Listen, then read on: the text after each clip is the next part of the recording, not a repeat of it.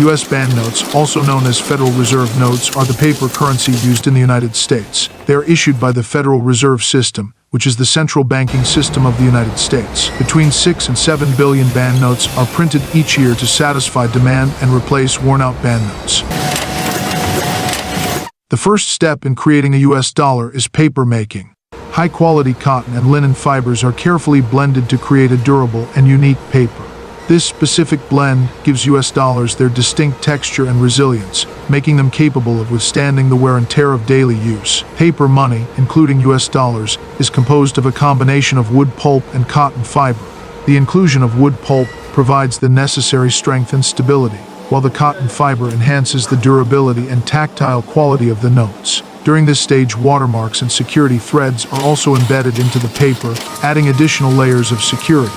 From this moment on, even unprinted banknote paper is subject to strict security measures. Once the paper is ready, it's time for the printing process. Printing banknotes is a complex process. The first stage is to prepare the graphic data. For this, graphic designers and print experts work hand in hand. The special paper used for this is delivered in individual sheets. Before the finished banknote leaves the printers, they undergo more than 10 processing steps. The process begins at the offset printing press, where a multicolor background print is applied to the paper. In the offset printing process, both sides of the paper are printed simultaneously, requiring impeccable precision at every step. During offset printing, the image to be printed is first transferred from the printing plates onto rubber blankets. These blankets then apply the ink onto the paper with remarkable accuracy and consistency.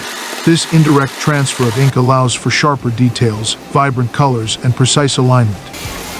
Intaglio printing is one of the most important stages in the printing process. The engraved printing plates, which have recessed designs and lines, are coated with ink. After the ink is applied, the surface of the plate is wiped clean, leaving ink only in the recessed areas.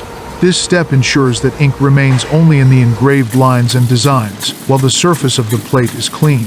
As the paper moves through the press, immense pressure is applied to the ink plates. This pressure forces the ink out of the recessed lines and onto the paper, creating the raised texture and intricate designs characteristic of intaglio printing. The pressure applied also allows the ink to adhere firmly to the paper fibers. The banknotes, which have already undergone the intaglio printing and other printing processes, are fed into the numbering press. The machine is designed to handle the specific dimensions of the banknotes. Combination of letters and numbers is applied using the letterpress printing technique.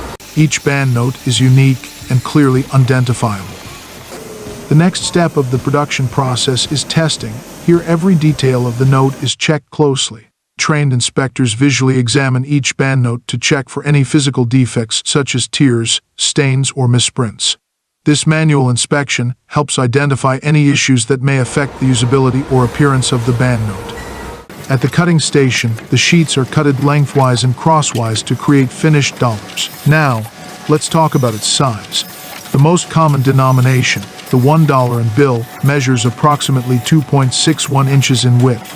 Moving on to the length, the US dollar bill measures around 6.14 inches, just a bit longer than the average smartphone. The money is then bundled together in straps. Straps are paper or plastic bands that hold a specific number of banknotes, usually 100 bills per strap for lower denominations and 50 bills per strap for higher denominations. Bundled bricks are placed into containers or boxes designed for banknote storage and transportation. These containers are often made of durable materials and may have specific security features, such as tamper-evident seals or locking mechanisms, to ensure the integrity of the banknotes. Now the dollars travel through road, air, and sea, escorted by security teams that protect the notes until they have reached their destination. The new US dollars are put into hundreds of thousands of cash machines across the United States. At a staggering rate of 187.50 per minute, this machine churns out over $11,000 per hour. Imagine the magnitude of its productivity. Let's begin by exploring the humble quarter, which holds a value of 25 cents. Once it reaches the bank, a store, or people's pockets, it becomes an essential part of our everyday transactions. Surprisingly, the material from which it is created holds almost no inherent value. Within the realm of coins, we encounter three primary types: legal tender coins, which we use as everyday currency; gold coins, cherished as investments; and collector coins, distinguished by their exquisite craftsmanship and historical significance. A coin truly assumes its value when it departs from the mint. Speaking of mints, did you know that the United States Mint produces an average of 3 million quarters per day? An awe-inspiring figure indeed. Originally, when coins were first minted in the 1790s, they were crafted from silver. However, as the scarcity of silver became apparent in 1965, the United States government opted to transition to nickel-plated copper coins. The intricate minting process commences with the extraction of raw materials from mines across the United States and around the world. These mines ensure a steady supply of silver, copper, and other essential metals. Picture a vast scrap yard, bustling with mountains of recycled copper, patiently awaiting its transformation. Through the force of a massive hydraulic ram, the refined metal undergoes melting and alloying, where the necessary metals are carefully introduced. At the United States Mint, coins come to life through a unique composition consisting of 75% copper and 25% nickel. The journey of these metal rolls continues as they pass through a die press, meticulously cutting nearly 300,000 coin blanks per roll.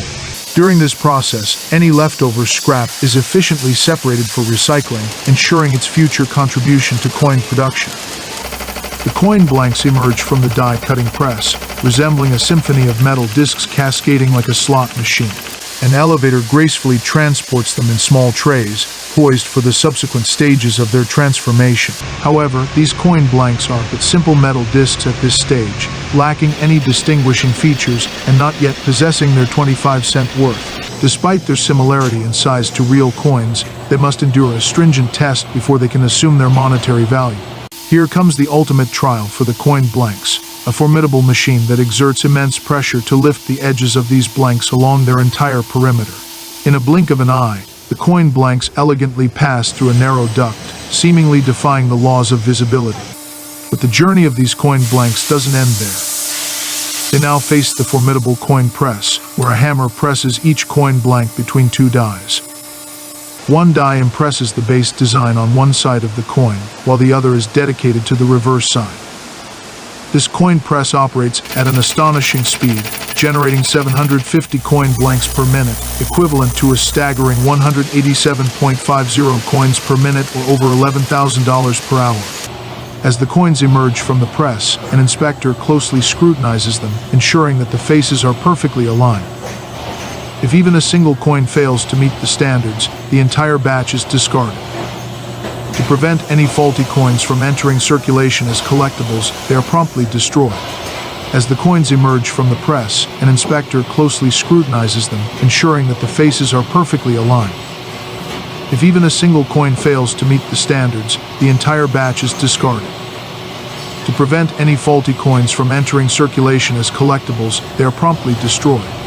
However, when the sample proves to be flawless, all the coins are joyously deposited into an automatic counter, which efficiently fills giant bags with 200,000 quarters, totaling a remarkable $50,000. Given the vast number of coins produced each day, surplus coins patiently await their turn in containers, preventing the counter from becoming overwhelmed.